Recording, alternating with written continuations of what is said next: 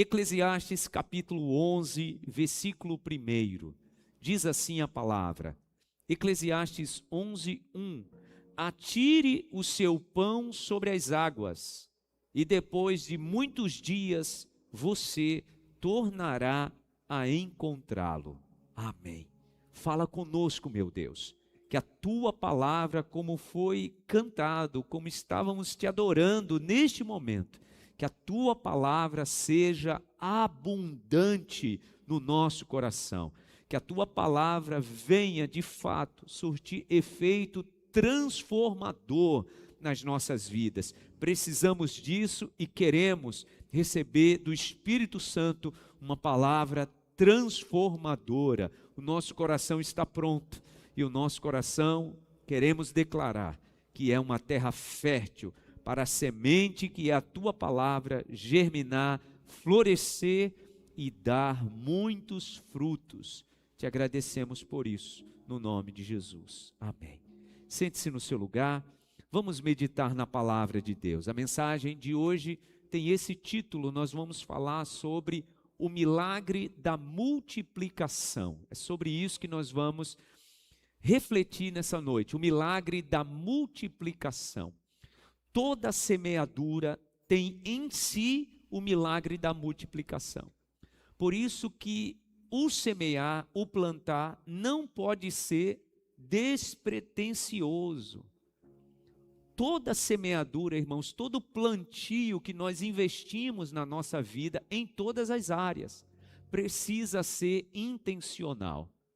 Por isso que o próprio Salomão diz aqui no capítulo 11, plante a sua semente pela manhã e à tarde continue com as suas mãos sobre ela, porque você não sabe qual semente vai dar certo.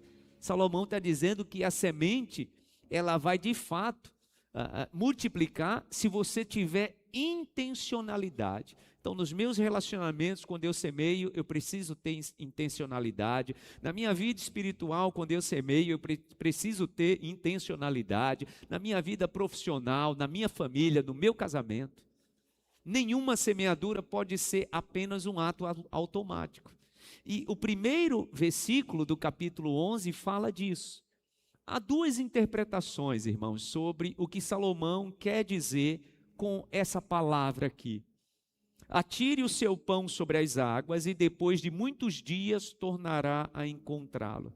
Eu já expliquei várias vezes, mas eu quero trazer mais uma vez a explicação disso aqui que na verdade é um provérbio em Israel.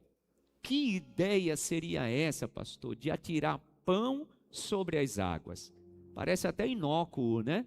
Parece até sem sentido, né? Você pega um pão e você joga ele na água, o que vai acontecer com esse pão, gente? Ele vai se dissolver, ele vai desaparecer. Então, a ideia, então, já sabemos que não é essa. Não é de um pão mesmo, né? A farinha de trigo ali processada e depois de cozida sobre as águas. Não é disso que Salomão está falando. Então, já precisamos entrar nesse acordo aqui, tá? Pão aqui não é o pão pronto jogado nas águas, ok? Há duas explicações e duas linhas de pensamento sobre esse pão sobre as águas. Uma mais aceitável é a ideia que se tem quando ainda no Egito os agricultores faziam o plantio da semente tanto de trigo quanto de cevada, que eram as matérias-primas para a confecção dos pães que eram consumidos na época, tá? Tanto no Egito quanto em Israel e naquela região, as pessoas consumiam pães de cevada ou de trigo, e o plantio era bem semelhante. Quando acontecia a alta, né, a cheia do rio Nilo, você deve ter estudado isso em história, né? Por isso os egípcios se desenvolveram tanto naquela região, e foi um país tão próximo tão próspero à sua época, exatamente porque eles aproveitavam toda a vitalidade que o Nilo promovia para aquela região. Mas eles faziam algo de forma muito estratégica. Então, quando o rio Nilo ele enchia e inundava os terrenos à margem do Nilo, os agricultores não esperavam a água baixar. Eles não esperavam a água baixar para depois lançar a semente. Eles lançavam a semente de cevada e de trigo na flor da água, ainda quando a água estava acima da superfície. Então eles lançavam ali a semente, aproveitando, né, toda a carga nutritiva de todos os dejetos, de resto de vegetais, de madeira ou até de animais, que se misturavam ali formando um humo, um adubo muito forte. Quando a gente estuda a história, a gente percebe que a agricultura egípcia era muito forte e muito além do que acontecia com outros povos, exatamente por isso. Quando a água baixava e a semente tocava o solo, ela já estava toda enriquecida de nutrientes para uma excelente colheita. Essa é a explicação mais aceita. Então, qual é a ideia? A ideia de uma visão de plantio. A ideia era que quando o agricultor estava lançando a semente de trigo, a semente de cevada, ele já estava enxergando o quê? O pão. Imagina que ele está aqui com um punhado de semente, ele lança sobre as águas, mas na visão estratégica dele, na visão do agricultor, ele não está vendo mais semente. Ele já está vendo a semente que virou uma árvore, essa árvore produziu muitas espigas, as espigas já foram colhidas, essas sementes de trigo, de cevada já foram colhidas, processadas, já virou massa e já produziu pão. Olha que maravilha, está falando sobre visão de futuro, como eu semeio, tendo uma visão intencional. Você entende por que eu começo a minha mensagem dizendo que a semeadura não pode ser sem propósito, desproposital? Toda semeadura tem que ser intencional. É como aquele agricultor que está com um punhado de semente, lança sobre as águas e já está enxergando, daqui a pouco eu já tenho um resultado. Daqui a pouco o resultado desse pão que eu estarei já vendendo ou sustentando minha família, é esse resultado que eu espero dessa semeadura. Essa é a explicação mais aceitável, mas existe outra. A outra explicação é que quando a semente era colhida depois da ceifa, o povo de Israel não ficava apenas com as sementes para o seu próprio sustento, eles exportavam. E isso acontecia através da navegação. Então eles pegavam as sacas com as sementes de trigo e de cevada e eles colocavam nos navios mercantes. E a ideia do comerciante é que estava lançando o que sobre as águas? O pão. E depois de muitos meses, depois de muitas semanas é que vinha o resultado. Alguém ia, levava aquilo para vender no comércio exterior e depois chegava o resultado do pão, que na verdade era a semente lançada sobre as águas. Essas são as duas explicações básicas que são aceitáveis nesse provérbio, né, de Salomão. Lançar o pão sobre as águas e depois de muitos tempos você vai achar esse pão que você lançou. Seja o agricultor, seja o comerciante. As duas explicações são aceitáveis, mas a primeira muito mais. E por que eu começo, irmãos, trazendo essa explicação? Já que eu vou falar sobre o milagre de multiplicação. Porque entenda, eu falei sobre isso aqui na nossa ministração de domingo. Ninguém pode olhar para uma semente e só enxergar aquela semente. Eu não posso olhar para um momento da minha vida onde eu estou semeando sem esperar resultado. Todas as vezes que eu semeio, eu preciso enxergar resultado. Eu separei esse mesmo texto em duas outras versões da Bíblia e eu quero chamar a sua atenção. A leitura que nós fizemos foi na versão da Bíblia NVI. Na versão da Bíblia NVT, nova versão transformadora, diz assim: envie os grãos de sua colheita mar afora. Então, na versão NVT, traz mais explicação sobre a segunda versão que eu trouxe, né? Da explicação desse provérbio.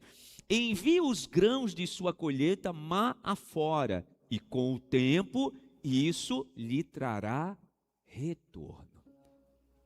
A terceira versão que eu quero ler está na versão da Bíblia Viva, que diz assim, é o mesmo texto em outra versão: seja generoso, porque o que você der a outros acabará voltando para você. Esse é o princípio da lei da semeadura, né? É isso que Paulo diz em Gálatas capítulo 6. De Deus ninguém zomba, tudo que o homem semear, isso também colherá. Então a palavra, rapidamente, que eu quero chamar a igreja para a gente refletir, é que o milagre da multiplicação, preste bem atenção, ele está intimamente ligado com a generosidade. Se você quer viver na sua vida o milagre da multiplicação, você precisará entender o princípio da generosidade. E qual é a ideia, gente, do princípio da generosidade? Eu preciso estar pronto para abrir mão. Esse é o princípio da generosidade. Se eu quero viver a multiplicação, eu preciso viver o princípio da generosidade. E qual é o princípio da generosidade? Para eu receber, eu preciso aprender primeiro a abrir mão. Imagina esse comerciante que agora está chegando no porto e liberando os grãos da sua colheita e confiando, tanto no dono do navio, quanto naquele comerciante, porque normalmente não era o agricultor que ia vender. Ali tinha um atravessador que fazia esse serviço e ele tinha que confiar. Então ele tinha que abrir mão do seu direito de ter controle. Então ele confiava, entregava para o comerciante que ia, passava meses e voltava com o resultado. Para eu receber multiplicação, eu preciso abrir mão. Imagina a ideia do agricultor que está com as sementes nas mãos e ele diz: será que vai dar certo? Vai que eu jogo essa semente aqui sobre as águas do Nilo e a minha semente vai para o terreno do vizinho e ele que colhe.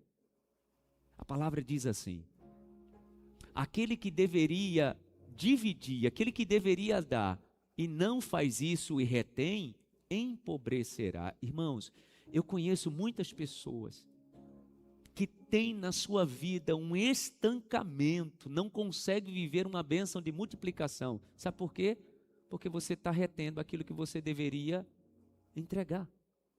O princípio da multiplicação, ele está intimamente ligado com a generosidade. Os sábios judeus, eles dizem assim: a generosidade é um catalisador de transformação que atua como uma fórmula de multiplicação. Quando você abre mão da semente e planta, ela vai germinar e florescer e vai dar muitos frutos. Mas tem gente que só quer reter. E isso, irmãos, está em todas as áreas da nossa vida. Por exemplo, se eu quero ver os meus relacionamentos florescerem, eu preciso primeiro estar pronto para entregar. Sabia que a maioria não se relaciona para se preparar para fazer o bem para o outro, para abençoar a vida do outro? O que é que o outro pode fazer por mim? É a pessoa que só quer reter. O que é que essa pessoa pode fazer em meu benefício? Ah, pastor, eu estou me separando porque a outra pessoa não quer me entender. E quando chegou a hora de você entender essa outra pessoa? Entregar generosidade, compreensão. Irmãos, o princípio da semeadura, ele está em todas as áreas. Nos nossos relacionamentos, na nossa vida profissional, na nossa vida com Deus. O princípio da generosidade é quando eu estou primeiramente pronto para abrir mão. E eu quero trazer em detalhes, mas de forma muito rápida, alguns exemplos de histórias poderosas de multiplicação, onde essa pessoa só viveu o milagre da multiplicação porque primeiramente esteve pronta para abrir mão. Sempre é assim. Você conhece um professor muito próspero? Um professor, um mestre que as pessoas admiram? Pode ter certeza que essa pessoa aprendeu desde cedo a entregar todo o seu conhecimento, a distribuir tudo aquilo que recebeu. Você já viu gente que é assim? No trabalho, na profissão? Não, esse conhecimento aqui é meu. Vou nada jogar essa ideia, vai que alguém rouba. Pode ter certeza. Gente assim nunca prospera. Agora você conhece alguém que é uma influência na sua profissão? Essa pessoa está sempre pronta para ensinar. Essa pessoa está sempre pronta para ensinar e preparar os mais jovens. Coração liberal. Coração pronto primeiro para entregar. Pode ter certeza que essa pessoa, mesmo sem conhecer Deus, será alguém influente e de uma grande colheita. Porque essa é a bênção da multiplicação. A bênção de multiplicação está intimamente ligada com a generosidade. E a generosidade, o princípio é, eu tenho que primeiro estar preparado para entregar. Vamos lá, eu quero trazer rapidamente aqui alguns exemplos de bênção de multiplicação. O primeiro é aquele momento de Jesus. Jesus demorou um pouco mais na ministração, o tempo passou, já estava ficando de noite, e Jesus chama os discípulos à parte e diz assim, olha, a gente precisa dar alguma coisa para essa multidão comer, já está ficando tarde, não dá para eles voltarem para casa. Se eles forem voltar para casa agora, eles vão chegar muito tarde, famintos. Deem vocês algumas coisas para eles comerem. E a palavra diz que Filipe diz assim para Jesus, mestre, nem que a gente tivesse mais de 200 denários. 200 denários, gente, era 200 dias de trabalho de alguém. Nem que a gente tivesse esse valor, não dava para alimentar essa multidão toda. Só de homens, 5.000 pessoas, sem contar mulheres, crianças e idosos. A estatística da época não contava nem idosos, nem crianças, nem mulheres. Os historiadores dizem que ali tinha no mínimo 10.000 pessoas, no mínimo. Alguns asseguram que tinha em torno de 15.000 pessoas. Porque só de homens, que foi contabilizado 5.000. Já imaginou? Alimentar todas aquelas pessoas? Aí a palavra diz que de repente, o irmão de Pedro, André, chega e diz assim, olha, a gente encontrou ali no meio dessa multidão, um jovem, um garoto. Ele trouxe o lanche dele, que ele trouxe foram 5 pães de cevada e 2 peixes. Era o lanche do menino, gente. Ele trouxe de forma, prudente, ele foi precavido. Obviamente que eu entendo que outras pessoas também trouxeram os seus lanches. Gente, no meio de 5.000 pessoas, só um trouxe lanche? Não, eu acredito que outras pessoas. Mas aquele menino que viveria um maior milagre de multiplicação da sua semente, ele estava disposto para abrir mão daquilo. E ele entrega. E ele então entrega a André, irmão de Pedro, o seu lanche. 5 pães de cevada e 2 peixes. Ele estava lançando o pão sobre as águas.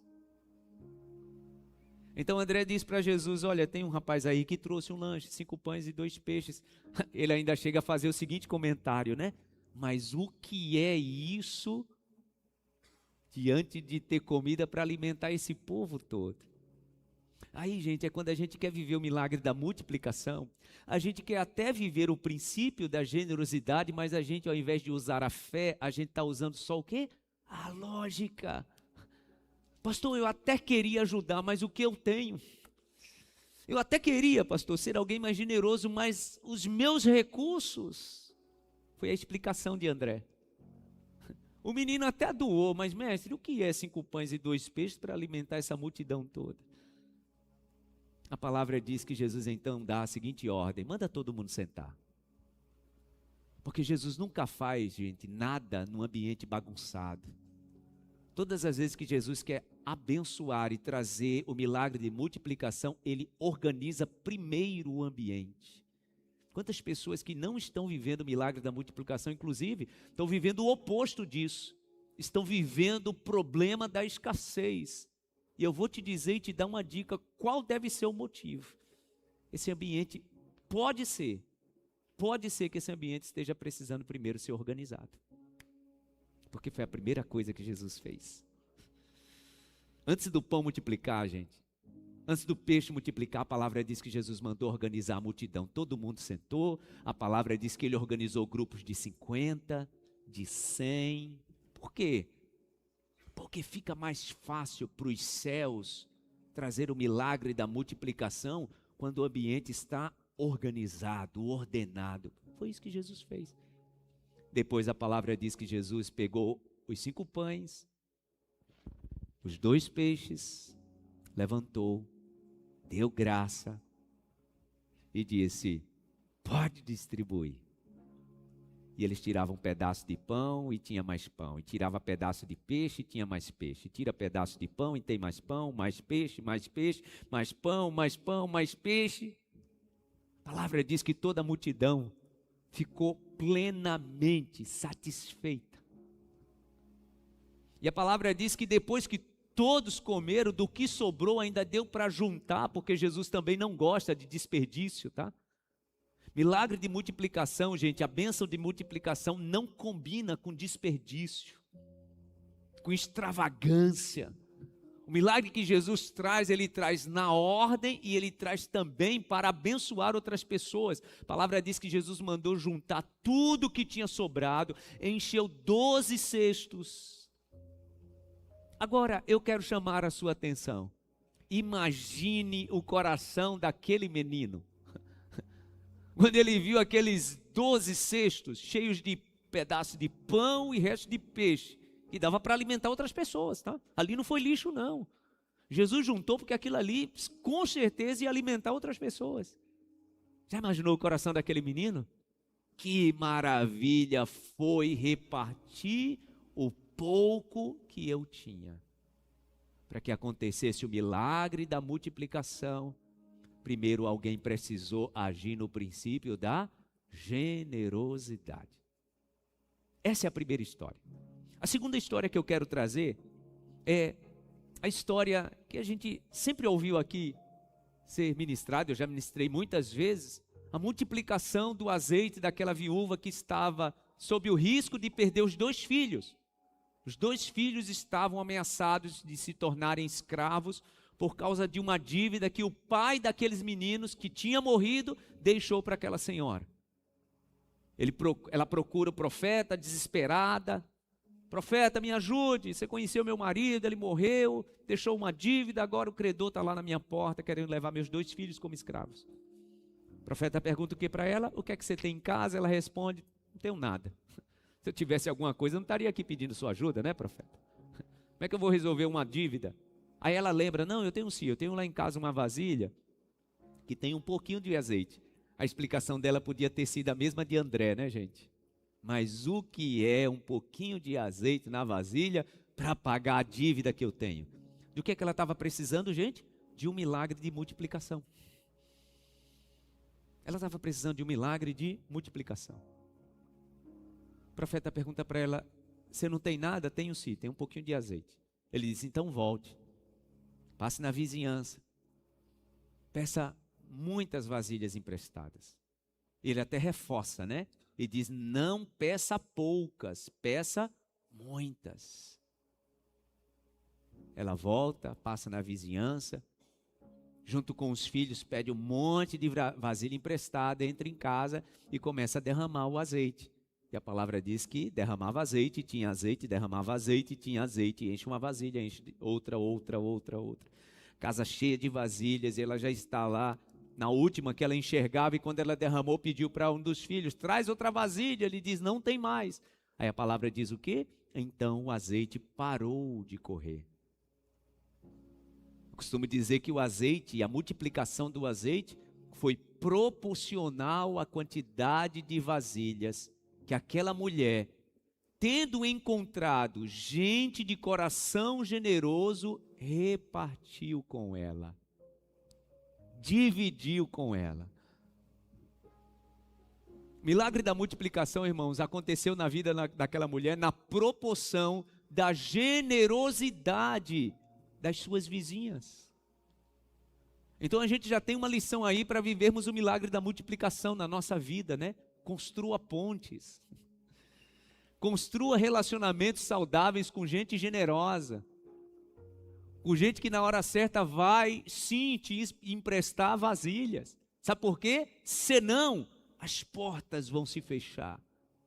Gente que não constrói pontes, gente que não constrói relacionamentos com pessoas generosas, essas pessoas se privam do milagre da multiplicação. Gente, está tão claro isso. A multiplicação do azeite proporcional às vasilhas emprestadas. A multiplicação do azeite proporcional a corações generosos que emprestaram vasilhas. Eu quero te convidar nessa noite para refletir aí no teu lugar. Que tipo e que nível de relacionamento você tem cultivado?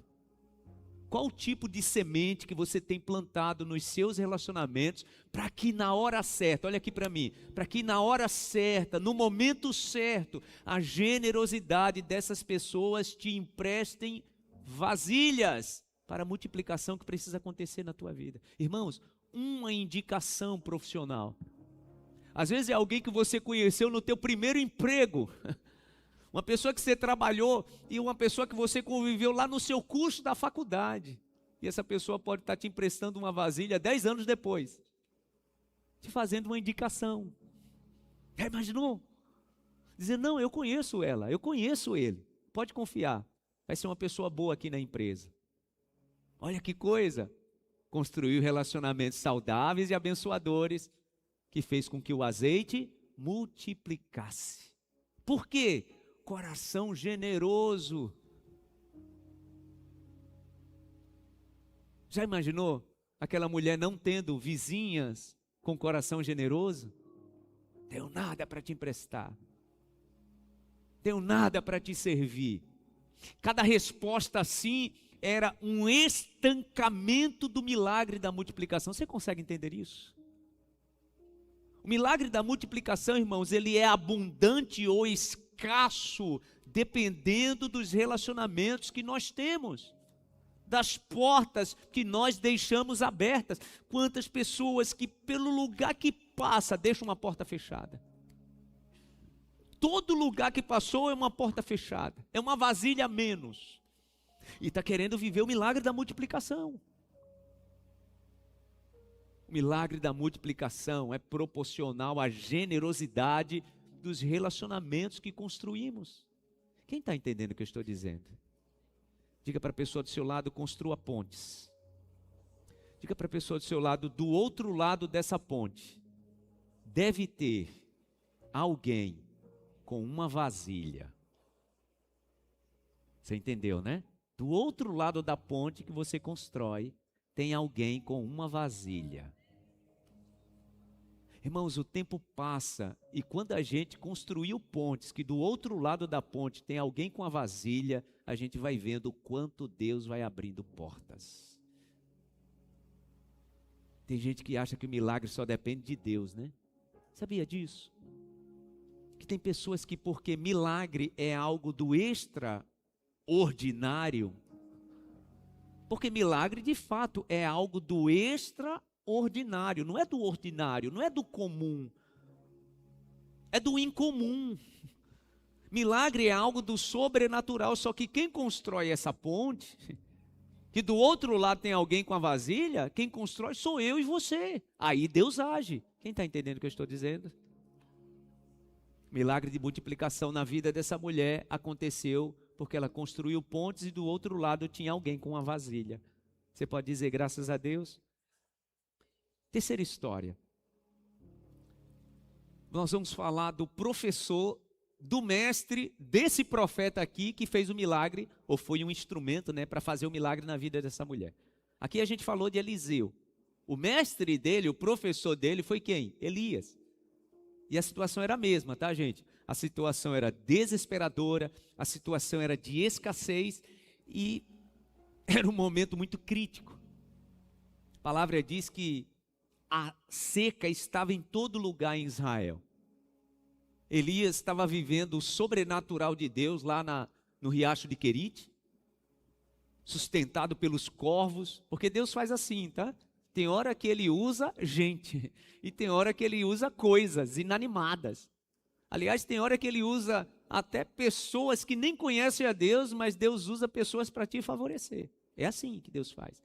Naquele momento, o milagre de multiplicação que Elias estava vivendo era corvos que sustentavam ele com pão e carne. Só que o riacho secou. O riacho secou e a palavra diz que Deus então o conduz para onde, gente? Para um povoado perto. E ele deu a dica, chega lá, você vai encontrar uma viúva e ela vai te sustentar. Então Elias chega no povoado, Sarepta de Sidom, e uma mulher está carregando alguns gravetos, ele pede àquela mulher água, a mulher vai pegar a água, e olha que água, gente, água naquele momento de escassez já era um recurso muito difícil, mas aquela mulher tinha o coração generoso. Quando o profeta pede a ela água, e já era algo muito difícil, ela com um coração generoso disse, olha, água eu posso te dar. Ela está saindo, o profeta diz, aproveita que traz a água para mim e traga também um bolo. Faz um bolo para mim. Naquela época, gente, o bolo era feito de farinha com azeite. E a mulher então diz, olha, a água eu posso trazer, mas esse bolo aí eu vou ficar lhe devendo. A água eu trago, mas o bolo eu vou ficar lhe devendo. Porque eu estou indo para casa preparar minha última refeição, e depois que o meu filho, depois que a gente comer essa última refeição, a gente vai morrer. E o profeta diz, assim diz o Senhor, você vai fazer como você está dizendo, você vai para casa preparar o teu bolo, um para você, para o seu filho, mas você vai preparar primeiro um para mim. Porque assim diz o Senhor, enquanto você obedecer essa palavra, a farinha na panela, aquele restinho que você tem, a farinha não vai acabar. E o azeite, aquele restinho lá que você tem, não vai também acabar. Aquela mulher estava precisando de quê, gente? Aquela mulher estava precisando de um milagre de multiplicação. Ela firmou o seu coração naquela palavra. Ela confiou na palavra do profeta. A palavra do Senhor diz em 2 Crônicas 20:20, confie no Senhor seu Deus e vocês serão sustentados. Confie nos seus profetas e vocês prosperarão. A palavra, irmãos, é uma semente. Aquela mulher entendeu que aquela palavra do profeta Elias estava chegando no seu coração como uma semente e ela creu. E aquela semente germinou. E aquela semente produziu no coração daquela mulher o milagre da multiplicação. E ela foi e fez exatamente como o profeta, como o homem de Deus tinha dito. Ela divide o que estava restando ali, prepara 3 bolos, um para o profeta, um para ela e outro para o filho.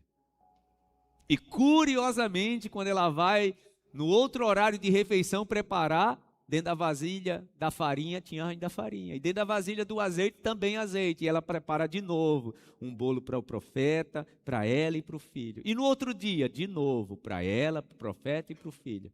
E a palavra diz que isso foi pelos próximos 3 anos. Não faltou. Por que aquela mulher viveu o milagre da multiplicação? Porque ela tinha um coração generoso.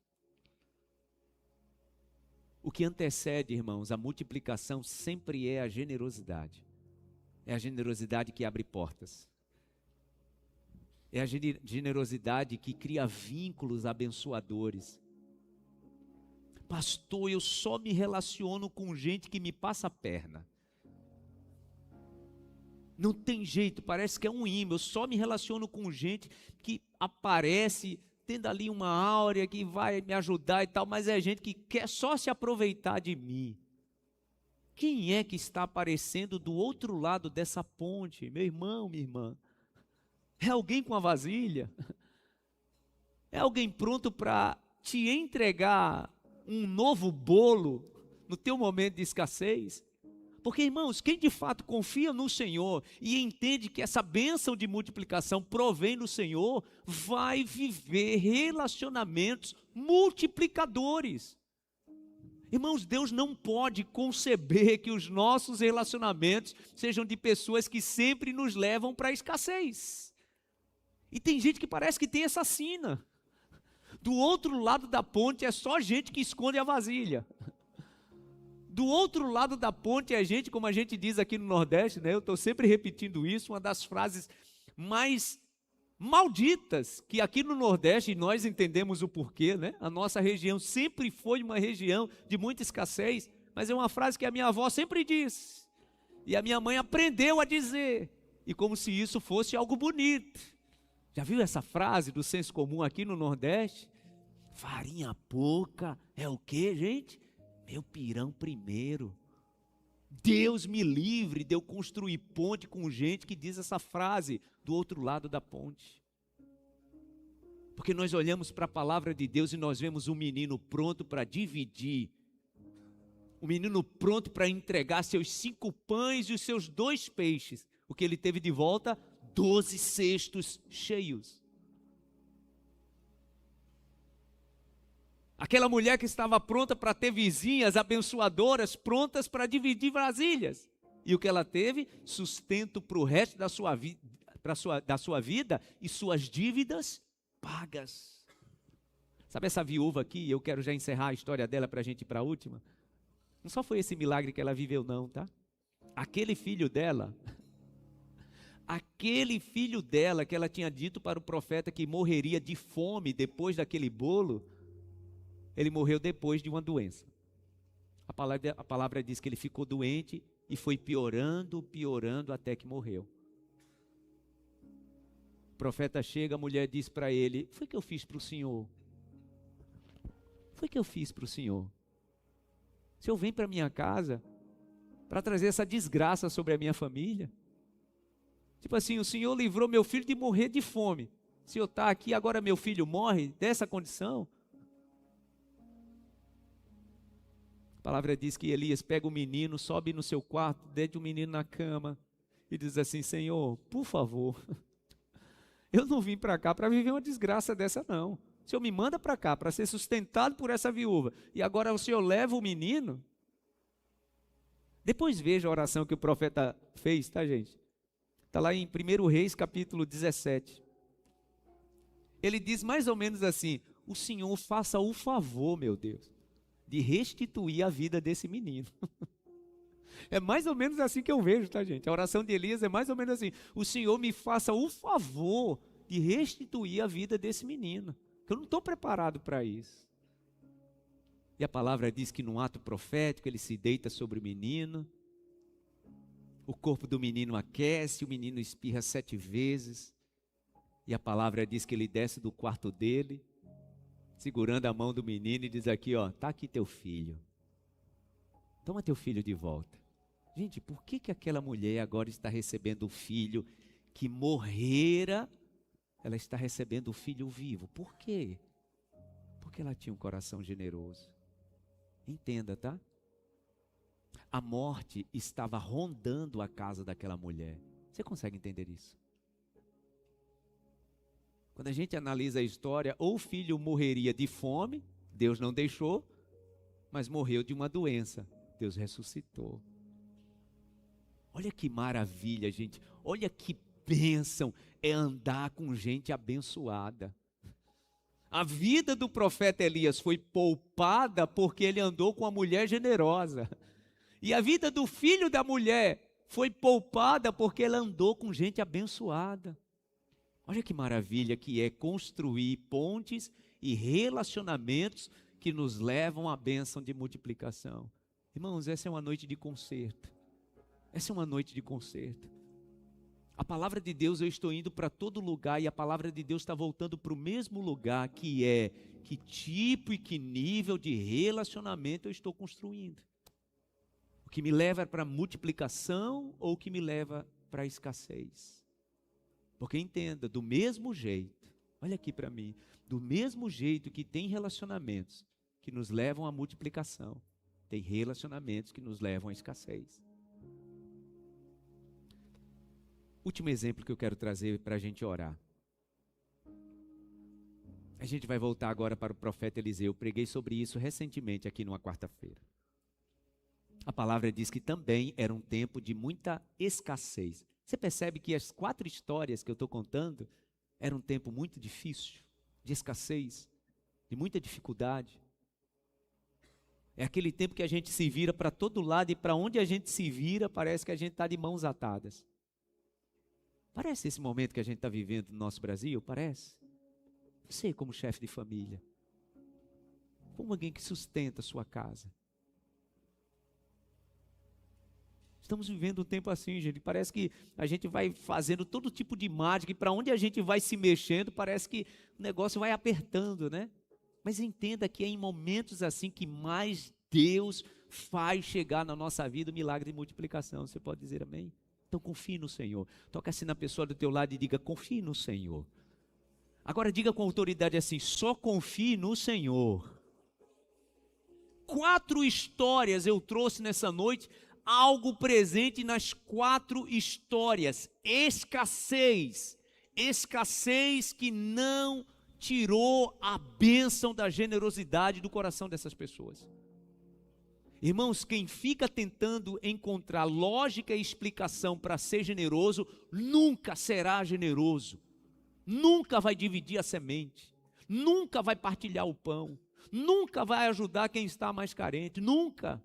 Porque a gente sempre fica esperando, como diz o próprio Salomão, né? Olha, quem fica olhando para a nuvem nunca vai semear, e quem fica olhando para o vento nunca vai ceifar. E tem gente que está assim, esperando a condição favorável para ser generoso. Não vai acontecer. Nas 4 histórias, há algo comum, um tempo de escassez. A palavra diz, em 2 Reis capítulo 4, a partir do versículo 42, que era um tempo de muita fome. Era um tempo de tanta fome, que a palavra diz que os discípulos de Eliseu estavam procurando qualquer coisa no mato para fazer sopa. Inclusive um foi lá, pegou um fruto que ele não conhecia e trouxe, né? E quando cortou ali para fazer um ensopado, quando colocou o caldo na boca, olha, tem veneno. O homem estava quase morrendo. Eliseu manda trazer um pouco de farinha, joga ali naquele caldo. E a palavra diz que aquilo que tinha morte na panela se transformou em sustento. Era um tempo de escassez. O Senhor cortou a morte da panela. Está aqui nessa mesma história. Aí a partir do versículo 42, a palavra diz que um homem generoso de uma certa cidade, possivelmente alguém que queria muito agradar o profeta Eliseu, né? Tinha muita gratidão ao profeta, mandou para ele alguns pães de cevada. Gente, entendam, os pães eram exclusivamente para o profeta. Preguei sobre isso recentemente. Ele não manda o pão para o profeta dividir para todos. A palavra diz que ele manda o pão para o profeta. E o que o profeta tinha que fazer, gente, num momento de escassez? Se segue o senso comum do ditado que eu citei recentemente, né, que nós nordestinos aprendemos, farinha pouca, meu pirão primeiro. Tempo de escassez, o pão é para encher minha barriga. Mas o mesmo profeta Eliseu que orava, que ministrava, que profetizava, e o azeite da viúva multiplicava, o filho da viúva ressuscitava, esse mesmo profeta tinha um coração cheio de generosidade. E a palavra diz que ele pegou aqueles pães, e a Bíblia diz que ele dividiu. Só que quando ele faz isso, quem recebeu o pão teve o mesmo entendimento de André. Lembra de André, a primeira história que eu contei? Lembra o que André disse para Jesus? Mas o que são 5 pães para alimentar toda essa multidão? Você está com a sua Bíblia aberta aí? Vamos ler, por favor. Essa última referência eu quero ler com você. 2 Reis, capítulo 4, versículo 42. Olha que a explicação é a mesma. 2 Reis, capítulo 4, a partir do versículo 42. Veio um homem de Baal-Salisa trazendo ao homem de Deus, o tal do Eliseu, tá, gente? 20 pães de cevada, feito dos primeiros grãos da colheita, ou seja, era primícia, era uma oferta de primícia. Ele não estava trazendo o que sobrou, e olhe que era um tempo de escassez, tá, gente? Era um tempo de muita fome, mas ele resolveu dar um presente para o profeta. E primícia. E também algumas espigas verdes. Então Eliseu ordenou ao seu servo, sirva a todos. O auxiliar de Eliseu perguntou, como poderei servir isso a 100 homens? Eram 20 pães para 100 pessoas. Como é que vai dar certo, profeta? Eliseu, porém, respondeu, sirva a todos, pois assim diz o Senhor, eles comerão e ainda sobrará. Diga para a pessoa do seu lado, Deus vai te abençoar e vai sobrar. Diga com autoridade, Deus vai te abençoar e vai sobrar. Eu quero profetizar isso sobre a sua casa, sobre a tua família, sobre o teu salário, sobre aquilo que você está vivendo hoje, o Senhor vai te abençoar e vai sobrar. O salmista Davi, ele diz assim, olha, hoje eu já sou velho, mas eu já fui jovem, mas eu nunca vi um justo desamparado, nem a sua descendência mendigar o pão. Então entenda, a ordem de Deus é que a gente haja com generosidade e vai sobrar. É isso que o profeta diz. Eles comerão e ainda sobrará. Então ele serviu a todos e conforme a palavra do Senhor, eles comeram e ainda sobrou. Diga de novo para a pessoa do seu lado, vai sobrar. Porque assim diz o Senhor, vai sobrar. Você pode aplaudir ao Senhor bem forte. Fique em pé no seu lugar. Fique em pé no seu lugar, no nome de Jesus. Toque mais uma vez na pessoa que está perto de você e diz, o Senhor vai te abençoar. Eu não sei como vai ser, mas Deus vai te abençoar. Eu creio assim, meu Deus. Eu creio exatamente assim. Às vezes nós estamos sofrendo demais porque estamos olhando apenas pela lógica e analisando, meu Deus, os fatos pela nossa inteligência. E foi o Senhor quem nos deu inteligência. O Senhor quer sim que olhemos para as situações da nossa vida com racionalidade. E possa ser que seja exatamente isso que o maligno está plantando ou tentando plantar no coração e na mente de algumas pessoas nesse momento. De que a palavra é uma palavra bonita e contundente, mas a realidade dessa pessoa é diferente. Maligno, meu Deus, pode estar tentando plantar no coração dessa pessoa, dizendo, olha, o pastor não sabe de fato o que você está vivendo, porque o que você está vivendo é diferente. Meu Deus, as 4 histórias que eu contei, eram fatos comuns de escassez, fatos comuns de perda. Eu estou ministrando nessa noite para essa pessoa que olha para o seu casamento, para o seu relacionamento e não consegue enxergar nada fora dessas 4 linhas explicativas desse momento que esses dois estão vivendo. Parece que não sobrou mais nada, parece que não tem mais saída. Como aquela mulher estava dizendo para o profeta Elias, olha, racionalmente eu estou te explicando, a gente vai comer os últimos bolos, eu e meu filho, e depois a gente vai morrer. É como aquela mulher disse ao profeta Eliseu, olha, eu só tenho um pouquinho de azeite, que inicialmente tinha pensado, não tenho nada. Meu Deus, o Senhor nos deu inteligência, o Senhor nos deu capacidade de raciocínio, mas a tua palavra diz que nós não vivemos pelo que vemos, nós vivemos pela fé. E viver por fé, meu Deus, é passar por cima de toda racionalidade, de toda lógica, e é exatamente isso que nós estamos vivendo neste momento. Aqueles que estão aqui, aqueles que estão em casa, essa pessoa que a lógica está desafiando a sua fé. Eu oro nesse momento, meu Deus, com pessoas e por pessoas que a lógica está desafiando a sua fé. Mas é aí que aparece, meu Deus, o coração generoso. E nós declaramos, como disse antes de começar a pregar essa palavra, os nossos olhos estão postos em Ti. O nosso coração está confiante no Senhor. E nós vamos confiar em Ti, meu Deus, somente em Ti. Confiaremos. Os planos que foram somente embora, em Ti, meu Deus, nós vamos confiar. Sonho que se perdeu, depositamos a nossa confiança no Senhor. Festa e agora, retira do coração, meu Deus, toda dúvida. Retira do coração, meu Deus, essa tentativa do maligno de trazer o pensamento racional e lógico. Não é assim que funciona, meu Deus, no âmbito da fé. Não é assim que funciona, meu Deus, no campo da fé. De volta o que é meu. Coloca no nosso coração, meu Deus. Deposita no coração dessa tua filha, desse teu filho, a palavra de esperança e de confiança, no nome de Jesus. Leva-me às águas tranquilas. Peça ao Senhor isso neste momento. Que o Senhor traga refrigério à sua alma.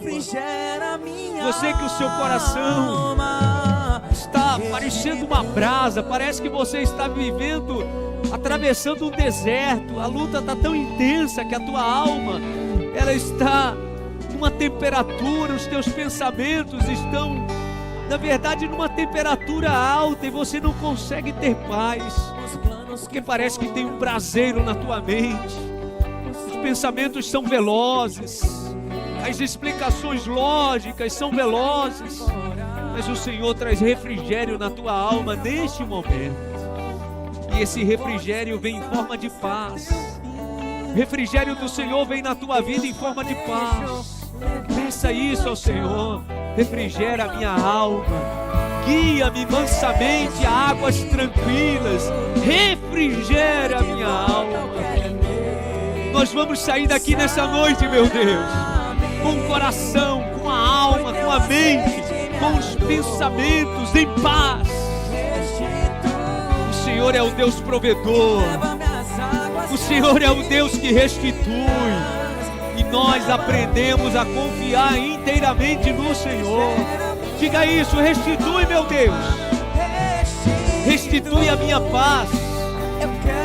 Espírito Santo, restitui a minha paz, restitui a esperança no meu coração, em nome de Jesus. Leva-me a águas tranquilas, em nome de Jesus. Estenda as suas mãos assim para frente e diga ao Senhor: aleluia. Roubado foi, não poderá se comparar a tudo aquilo que o Senhor tem preparado. Creia, porque o poder de um clamor pode. Você pode dizer isso mais uma vez? Levanta bem alto as suas mãos em rendição e diga: o tempo que roubado foi, não poderá se comparar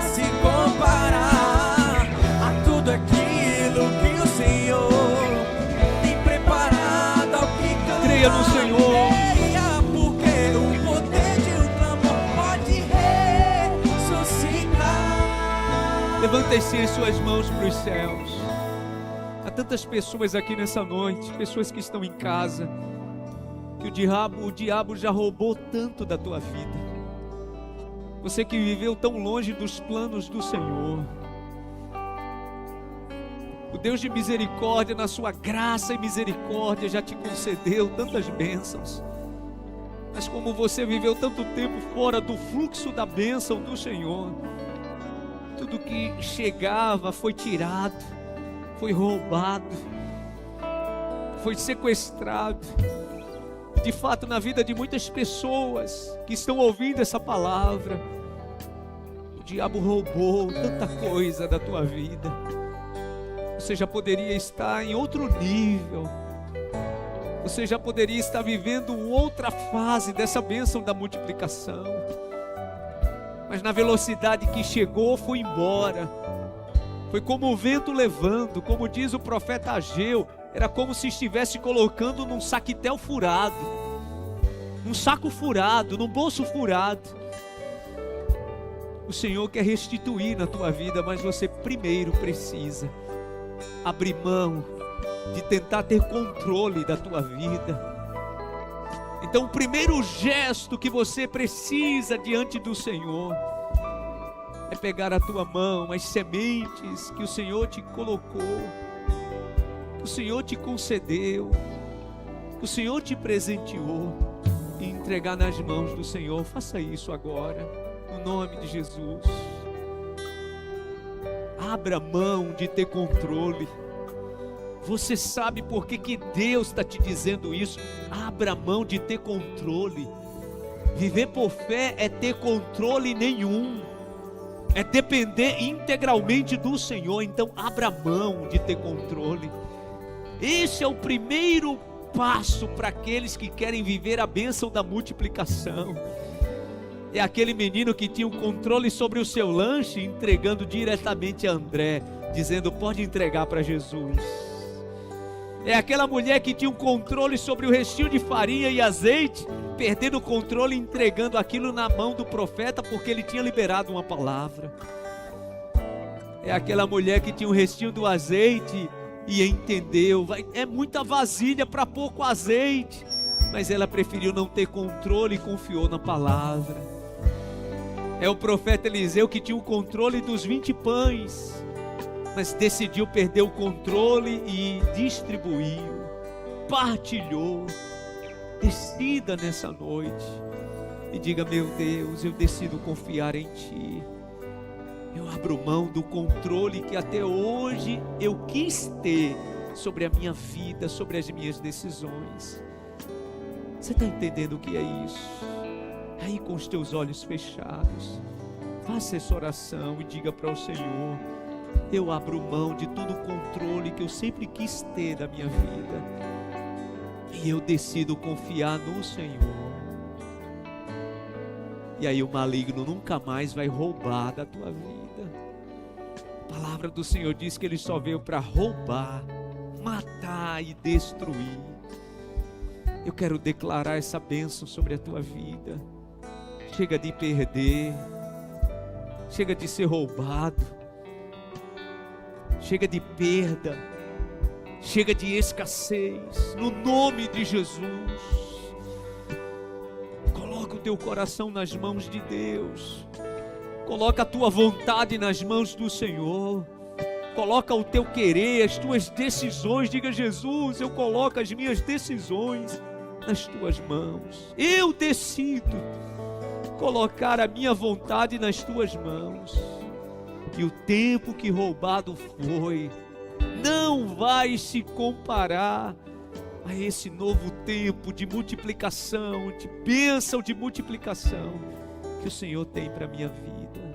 No nome de Jesus, no nome de Jesus. Ah, meu Deus, declaramos essa bênção sobre cada lar, sobre cada casa. Nós temos compromisso com o Senhor. O Senhor não tem compromisso com o tempo que estamos vivendo. O Senhor não tem compromisso com a realidade que estamos vivendo. O Senhor tem compromisso com a tua palavra. Então a palavra liberada é que chegou esse tempo de multiplicação. Não sabemos como será, mas o Senhor vai prover, porque decidimos colocar nas tuas mãos. Decidimos colocar nas tuas mãos. Decidimos colocar liberalmente nas tuas mãos, meu Deus. Diga isso mais uma vez. E o tempo que roubado foi, e o tempo que roubado foi, não poderá se comparar. Declare forte, declare com confiança, declare com fé, declare ao Senhor: oh meu Deus, levante as suas mãos e peça: restitui, meu Deus. Eu confio em Ti, Senhor. Quero de volta o que é meu. Sara o nosso coração. E põe Teu azeite em minha dor. Restitui, meu Deus. Restitui. E leva minhas águas. Restitui as perdas pelas decisões erradas que tomamos. Restitui, meu Deus. Restitui. É meu Deus, porque o Senhor derramou graça. Ah, meu Deus, é pela Tua misericórdia. Obrigado, Senhor. Leva minhas águas tranquilas, lava-me, Senhor. Obrigado, Senhor. E refrigera minha alma. Aplauda bem forte ao Senhor. Você que está em casa também, faça isso. Oh, bendito é o nome do Senhor. Celebre nessa noite, no nome de Jesus. Aleluia. Volte para casa debaixo da bênção do Senhor. Volte para casa com essa palavra no seu coração, se revolvendo, tendo outros significados no nome de Jesus. Obrigado, meu Deus, por essa noite. Obrigado por essa palavra. O Senhor não tem compromisso com a escassez. O Senhor tem compromisso com a abundância, com a bênção da multiplicação. E temos aprendido, meu Deus, viver o princípio da generosidade. Então colocamos nas Tuas mãos toda a nossa confiança, Leva o teu povo em paz. Renova o coração, a mente, os pensamentos dos teus filhos. Que possamos viver um restante de noite muito abençoado. No nome de Jesus. Esse restante de semana, meu Deus, seja marcado pela bênção da multiplicação. Esse restante de mês, o mês está na metade, mas que esse restante de mês também seja marcado por essa bênção de multiplicação, para a glória do Deus Pai, do Deus Filho, do Deus Espírito Santo. Continua derramando sobre nós da tua graça, do teu favor e dessa bênção de multiplicação, no nome de Jesus. Leva o teu povo em paz. Oh meu Deus, continua realizando milagres. Continua realizando milagres de multiplicação. Confiamos no Senhor. No Senhor nós confiamos. E por isso vamos descansar na certeza que temos que o Senhor está derramando sobre as nossas vidas esta bênção de restituição, no nome de Jesus. Que a graça do Senhor e Salvador Jesus Cristo, o amor de Deus, o nosso eterno Pai, a comunhão e a consolação do Espírito Santo esteja e permaneça sobre todos hoje e para sempre. Amém e amém e amém. Aplauda ao Senhor bem forte. Deus abençoe. Essa bênção de multiplicação te acompanha. Deus abençoe. No nome de Jesus. Confie na palavra de Deus. Confie na palavra de Deus. Rejeite toda palavra que não vier do Senhor. Confie na palavra de Deus. Deus abençoe a todos.